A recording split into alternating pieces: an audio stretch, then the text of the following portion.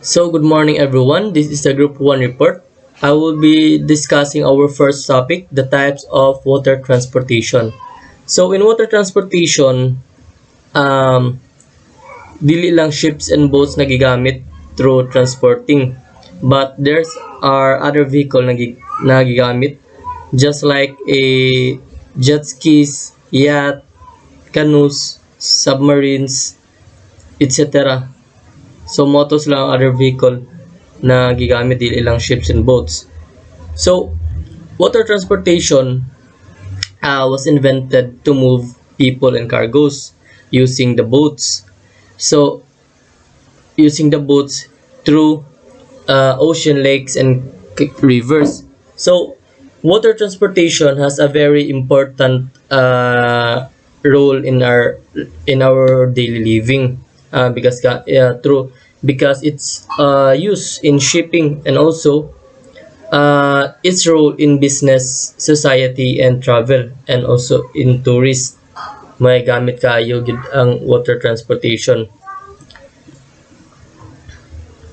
So, dili lang sa I will discuss about the two major kind of water transport, the inland water transport and the ocean water transport. So, inland water transport. So, inland water transport is a system of transport through all navigable rivers, lakes, and man-made canals. So, ang mobiyahe through rivers, lakes, and canals, mo na sila gitawag og inland water transport. Because nga inland water transport man, kay ang giagian nila naagid sa naagid kasagaran sa land gyud. So mo na sa pareha sa mga rivers, lakes, and canals. Dili siya pareha sa bigger ocean na lahi po tawag sa mobiyahe dito. So in some area in the world, water transportation to them was so very important. Maybe they have a lot of rivers there, or maybe they have canals. So ang water transportation gid sa ila muy gamit gid kaayo. Just like in the Rhine and Danube in Europe, the there in Africa, in Nigeria, and the USA. So mo na silang lugar na gamit og mga inland water transportation gid. So the use of canal also, canals dili siya sa canals na diri lang na para din makilid. So canals this is the one way also in so it is man-made. So canals are built to link up to oceans. So ang canals mo na siya mo connect sa duha ka dagat na para gamit is transportation. And also canals are have a good also because of the transportation will be faster and less time in transporting. Kay kung walay canals, so mutuyok ang mga vehicle. So Suez Canal, which connect to the Red Sea in the Mediterranean Sea, and the Panama Canal, which connect to Atlantic Ocean with the Pacific Ocean. So the good in the inland water transport is that it reduces the traffic jams and the pollution compared to land-based system na transportation. And also inland water transport is eco-friendly na transportation. So mo na advantage pod sa inland water transport. Now we'll move on to ocean water transport. So ocean water transport mao na gini ang mga vehicle na mobiyahe sa mga dagkong dagat na gid. Ara na mga gitawag. So mo na gitawag sila na ocean water transportation. So in ocean water transport, they carry a lot of bulky goods and the world's trade like in materials and also passengers to one country to another, and also This transportation as a cheapest cost. So barato ra siya. So I have here example na sa mga vehicles na mobiyahe through bigger ocean. So here are the passenger liners, the cargo liner, the trams, oil tankers, and refrigerated ships. So passenger liners are a vehicle. This vehicle mainly carry passengers in mails and also some highly valued goods. And also this vehicle is operated on scheduled routes. So the schedule ni siya ang passenger liners. So example in passenger liners is here the cruise ship mo na siya passenger liners. So in cargo liners upod, this vehicle was carrying mainly cargos with passengers. So mo na siya, and also it has a scheduled routes just like also in passenger liners. So in cargo liners, some of cargo liners was has a provision to carry some perishable goods because some cargo liners have an refrigerators sa ila. So ang uban nahimuda pod og mga perishable goods. So trams. So in trams, example sa cargo liners are here. So mo ni siya ang cargo liners, mo ni ang vehicle na gigamit. So we'll move on to trams. So trams are one also vehicle that travel in the transporting in the bigger ocean. So trams is a dependent cargo. So ang trams mo ni barko na dependent na magsalig lang kung mapuno na yung iyahang vehicle, ana na siya mo biyahe. Mo na siya ang trams. And also these trams are mainly carry cargos lang yun. So cargo lang siya, walay sagol na mga pasahero. So example sa tram na vehicle is here. So mo na siya trams, puro ra gina siya cargos. Now let's move on to oil tankers and refrigerated ships. So oil tankers, bawaan man nato sa iyang pangan, oil tankers. So it mainly carry oil lang. It mainly carry oil, and also in refrigerated ships, mainly carry perishable goods. So such as fish, meat, dairy products, and wines. So example sa lang vehicle kani mo ni oil tankers kani siya, and they refrigerated ships. So that's all of my report. Thank you. Sites and encourage development industry. So because of water transportations, na ubang city or probinsya na mo grow jud ang ilahang economic. So it help them to gain profit also towards the tax. So next is it causes relatively little environmental pollution, but sometimes oil discharge from tankers can be major problem. So dako jud siya kay tabang kay less pollution lang siya, and it helps also to lessen the cargos. I mean the expenses of cargos. So but if guba or disgrasya ang usa ka ship, is lisod jud siya kaayo kay ang oil spill tangod sa mga tankers is makaguba pud siya sa kuan. So next is the disadvantages of water transport. This mode of transportation is very slow compared to the road transport, hence it is unsuitable and perishable. So hinay jud kayog dagan ang water transportations, unlike sa land transportations. It takes many hours to go to other places. So mo jud na ang downsides if magkuan ka og business. So dugay siya maabot. So there may be delays, locks, and docks while navigations may be impeded majorly due to poor weather conditions. So if ang water transportation's disadvantage niya is if naay bagyo or dagko kay bawd, dili jud siya pwede palagahon sa Coast Guards.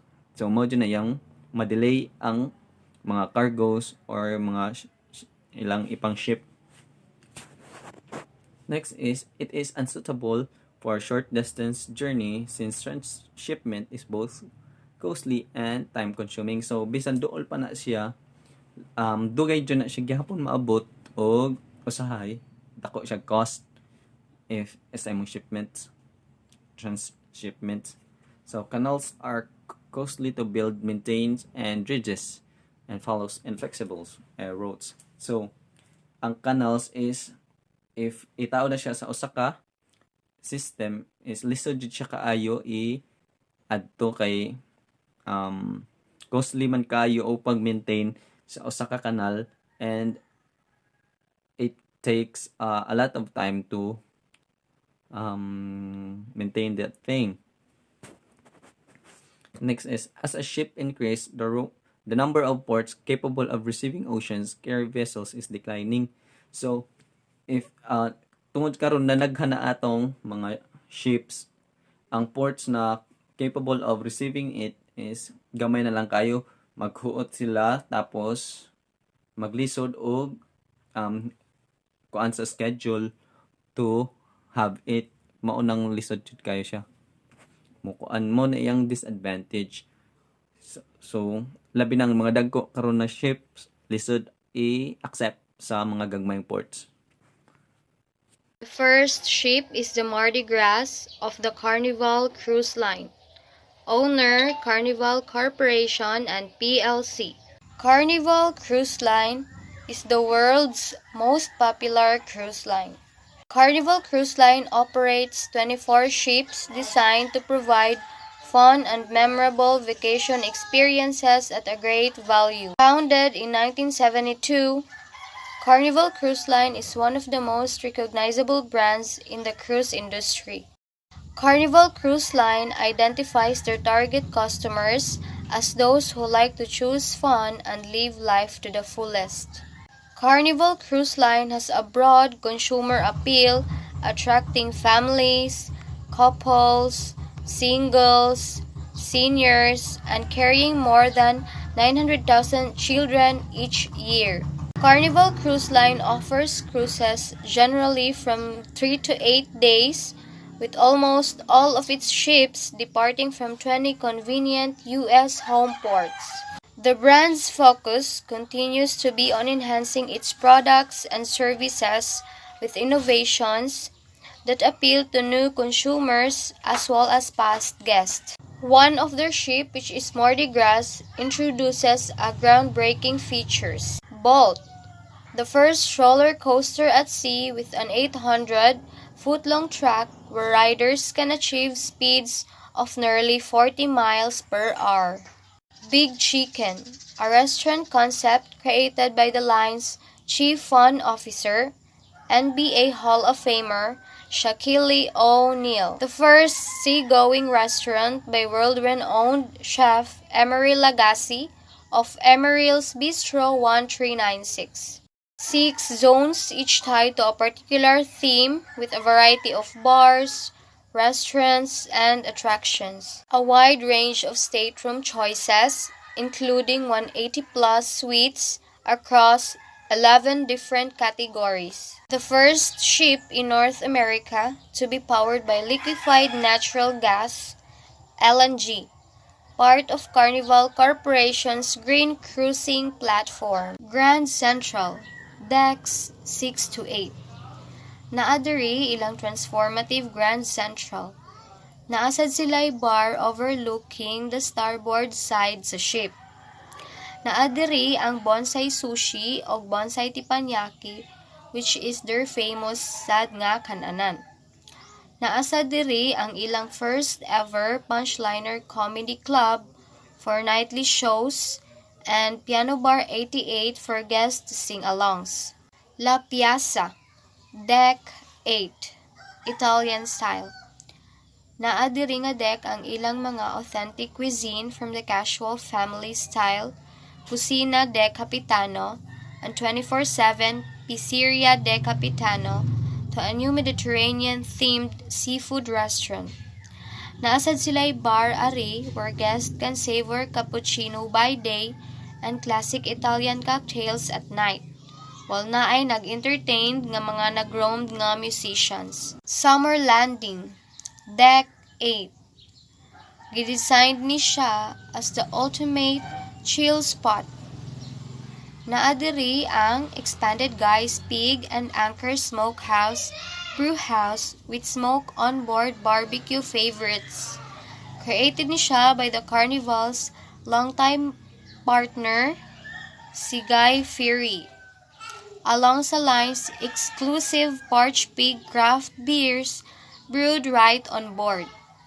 Para sa outdoor summer-inspired fun, naa sila'y pool and whirlpools, new bar, nya lunch counter para sa smokehouse, brewhouse along sa ilang lounging spaces and hangouts, making this the ideal spot to enjoy all the fun that a carnival experience delivers. Lido, Deck 16 to 17. Carnival is already known for its varied, casual poolside restaurants, and Mardi Gras expanded Lido will take this to a whole new level with the existing Carnival favorites like Guy's Burger Joint, the New England-inspired Seafood Shack, and Blue Iguana Cantina Mexican Eatery. Lastly, the ultimate playground, decks 18 to 20.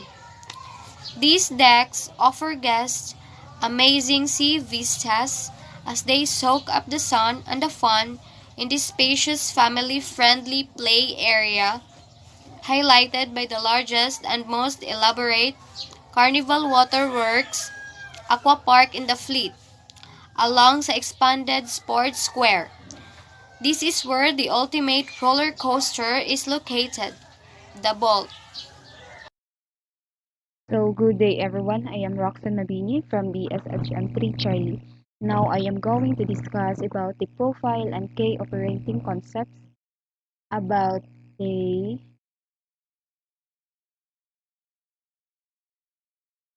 Royal Caribbean Cruise Line. So, Royal Caribbean International is known for driving innovation at sea and has continuously redefined cruise vacationing since its launch in 1969. Each successive class of ships is an architectural marvel and pushes the envelope of what is possible on a cruise ship. There are 24 total ships operated and currently building a new one. So, ang Royal Caribbean International na known siya for driving innovation at sea because ang ilang ship is currently nagtikataas. So, nagtikataas ang total sa ilang ships nag-operate. So, the Royal Caribbean is known for going the extra mile for the ultimate cruise vacation experience on board and off. That's why there are some fantastic extras and special services available such as the following. The unique operations and services are the wash and fold laundry. For safety concerns, self-service laundry facilities are not provided on board their ships because um for their safety. So, but they do offer washing, pressing, and dry cleaning services. They don't provide irons in the staterooms as they constitute a fire hazard. So, they also offer wash and fold specials during voyage. Guests can send smaller clothing items to be washed and folded for the fixed amount of $34.99 per bag. The next is offers a good venue for any event aboard. So since its initial launch, Royal Caribbean's corporate meetings, incentives on event sites has been a valued resource for meeting and event planners. So it's so good na they have a event event meeting place for any event or occasion featuring a wide range of accommodations and onboard experience.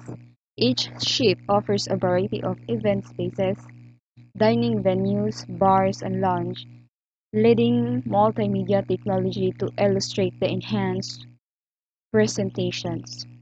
So next is the booms. The fastest internet at sea is available on every Royal Caribbean ship with 6 times faster onboard Wi-Fi speed than you'll find on any other cruise ships in the world.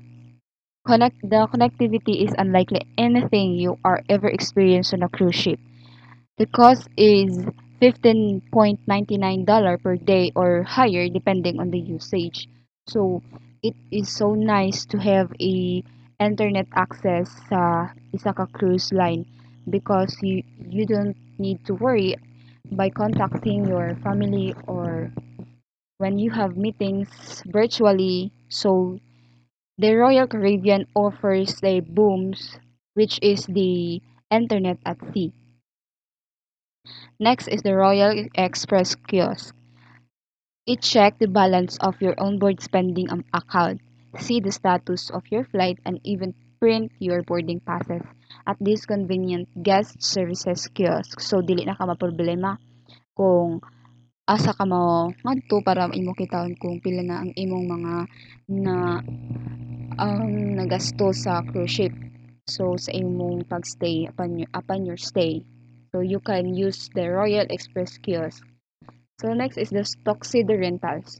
Royal Caribbean offers a tuxedo rentals on board on any event depending on its availability. So guests can have a reservation on board or online via tuxedo rentals. So mo na nakanindot sa cruise ship nga na ay mga ingon ani nga tuxedo rentals mora sa tag naa sa land base nga ah, maka maka renta og tuxedo for our party or any event na atong atinan na we don't have any tuxedo so we can rent. Next is the luggage valet. Luggage valet is a service offered on board which enables guests to bypass traditional airport check-in luggage. So Royal Caribbean's luggage valet program offered the following: check in for your flight on board, receive your boarding passes and luggage tags in your stateroom. Luggage will be transported directly from your stateroom to the airport and onto your flight. No need to wait in lines to check in at the airport. Ano sila yung mga ampuhaan na muna itong mga luggage valet. So, international and domestic flights are accepted also. Next is some qualifying rates apply for the following, including a special third or fourth guest rate for anyone staying in the same stateroom with 2 full fare paying guests will pay. So if you intend on having your children stay in your stateroom, their rate may be lower. So next is offer reduced senior price only on selected sailings exclusively for guests who are 55 years of age and older. So special rates for police and firefighters on selected ships and sailing. Next is to offer special rates for on selected sailings for military personnel. So sa ilang kani nga mga rates sa mga qualifying nga makababa sa ilahang rate sa pagsakay sa cruise ship. So it is important that at least one guest per stateroom be eligible to be considered in compliance with a restricted price program. It is also important to note that non-compliance of the restricted program terms will result in the reservation being repriced. So, kung ikaw usa ka senior citizen or usa ka firefighters or usa ka retired military, so you have to pass the requirements for them nga ma-recognize ka nga pwede ka maka uh, avail sa ilang stateroom rates. Next is the Norwegian Cruise Line Company.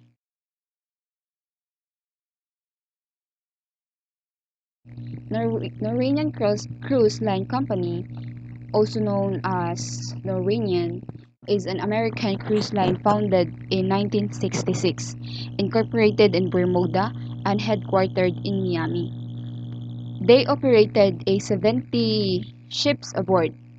NCL or Norwegian Cruise Line is known for its fun, laid-back ambience and inventive freestyle cruising concept, which features no enforced dress codes, no fixed dining times, and a plethora of onboard entertainment and family activities. So there are their list of the activities on board. First is arcade, casino, comedy club, fitness center, many golf, observation lounge, racetrack shows, Broadway play, and musical review. A spa, splash park, thermal suites, water slides, and many more. There are makakita jud kag sa daghan pa nga mga uh, activities on board sa Norwegian. So mo ni siya ang mga example sa NCL na mga activities. Mo ni siya ang comedy club, then casino, mo ni ilang spa, and the racetrack. So ilan lang na sa mga samples sa activities sa on board sa NCL. The innovators in cruise travel. They receive award-winning fleet constantly being improved and expanded. From the newest ships like Norwegian Encore and Norwegian Blast to vessels that are being updated from bow to stern and beyond with Norwegian Edge. Their guests are provided with the best on-board experience. That's what has made them World Travel Awards, world's leading cruise line and North America's leading cruise line 5 years in a row. So the Encore moved the laser tag to the aft end of the deck 17 mo na kuan niya. While the Bless has Spice H2O, which means the free adult only escape with contemporary Asian influence located at the deck 16. By day, lounge beside hot tubs and soothing waterfalls by night. So mo ni siya ang laser tag kani siya. Naa ni siya sa Norwegian Encore. While ang kani siya mo ni siya ang tawag na Spice H2O, which means kani siya naa ni siya sa asa man to. Naa ni siya sa Norwegian Bless. Ang kani siya mo kung ano ni siya pagabi na. So diri na sila mag dancing beneath the stars while listening. Pero pag morning, nila sila mag kuan sila diha sa hot tubs. For adult only lang na siya. Next, environmental commitment. So ang NCL kay committed sila sa ato environment. So they remain committed to being a responsible corporate citizen by fostering a culture of awareness and respect for our world's resources. Their core company values extend beyond their ships and encourage the preservation of the precious natural resources that are integral to their success. Their ability to offer fantastic guest experience relies on the clean and healthy marine environment and well-being of the destination they visit. So, may nakalindot sa NCL. So, preserving oceans and protecting environment is one of their company's values that they strive to meet. Across their fleet, they have implemented many of the most innovative environmental policies and technologies. As such, they meet all international, national, state, and local port regulation, including those set by MARPOL, the U.S. Coast Guard, and U.S. Environmental Protection Agency. They are also accredited They are also accredited to the international ISO 14001 standard for environmental management.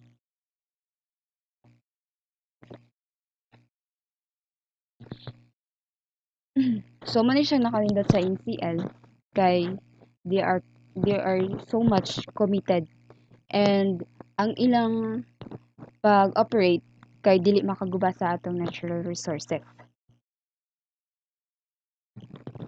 Safety and security. Norwegian Cruise Line takes great effort in maintaining a safe and clean environment. We have stringent protocols in place for cleaning and sanitation on all of our vessels. According to CDC sanitation inspections reports over the last 10 years, Norwegian is one of the most hygienic cruise lines. So, anong hygienic cruise line sila? They collect health questionnaires at the pier to identify anyone that already has symptoms, and they place detailed health information fact sheets in each stateroom at embarkation, which means they outlines potential symptoms of concerns and instructs guests on what to do if they are experiencing those symptoms. When on board, they recommend and request that all guests carefully observe the good hygiene practice of washing their hands before eating and after using restroom. So they also encourage frequent use of hand sanitizer.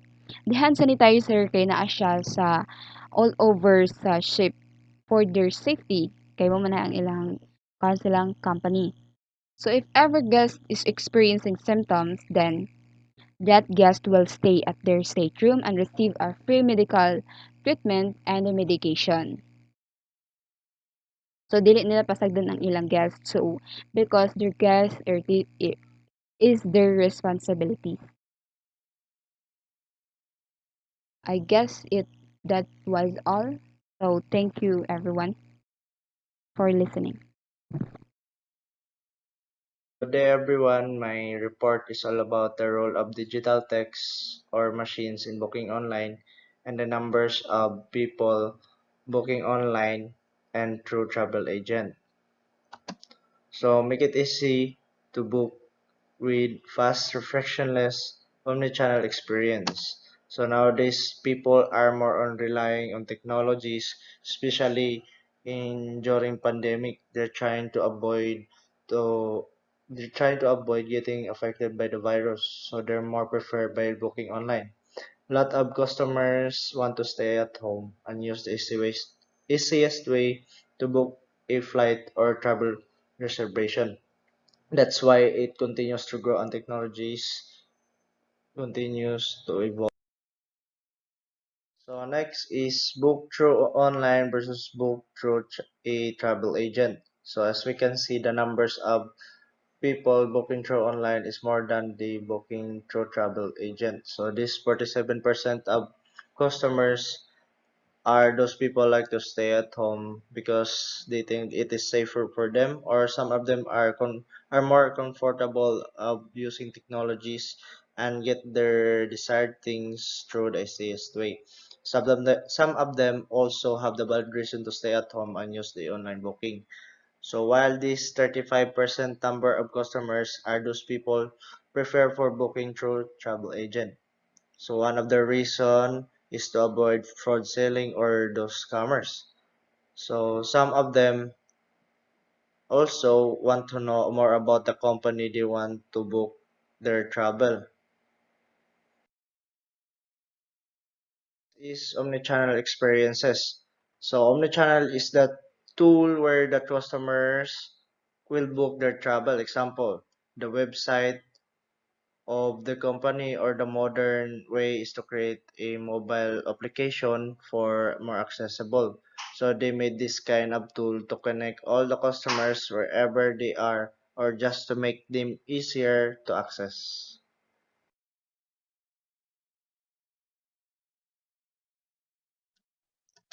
So creating frictionless. So technology has not just transformed the booking process for travelers, it has influenced the entire trip and change the way travel businesses connect with the customers, creating a relationship which starts even before a customer has booked and never really ends. So travelers have become accustomed to immersing themselves in technology, which often provides an easier, faster, smoother, and more convenient experience. Next is automate to reach new to cruise customers. So automate is one of the omnichannel to reach those new cruise customers. This channel can be a website or mobile application. It is easy to use but risky. Some of them can be hacked or copied by the cybercriminals to create a fake booking app or website.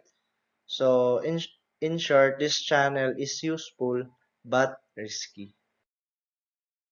So the last is digital and machinery for innovation. So not just the customers will have the information of the company, but also the company will use digital text to seek information about the customer's needs or wants. By the help of digital text, they can come up the right pricing of the product or their market strategy. So the machine will be the key tool in order to create the automate or the company's omnichannel. This tool will be the improvement of the company to make more easier connection to their customers.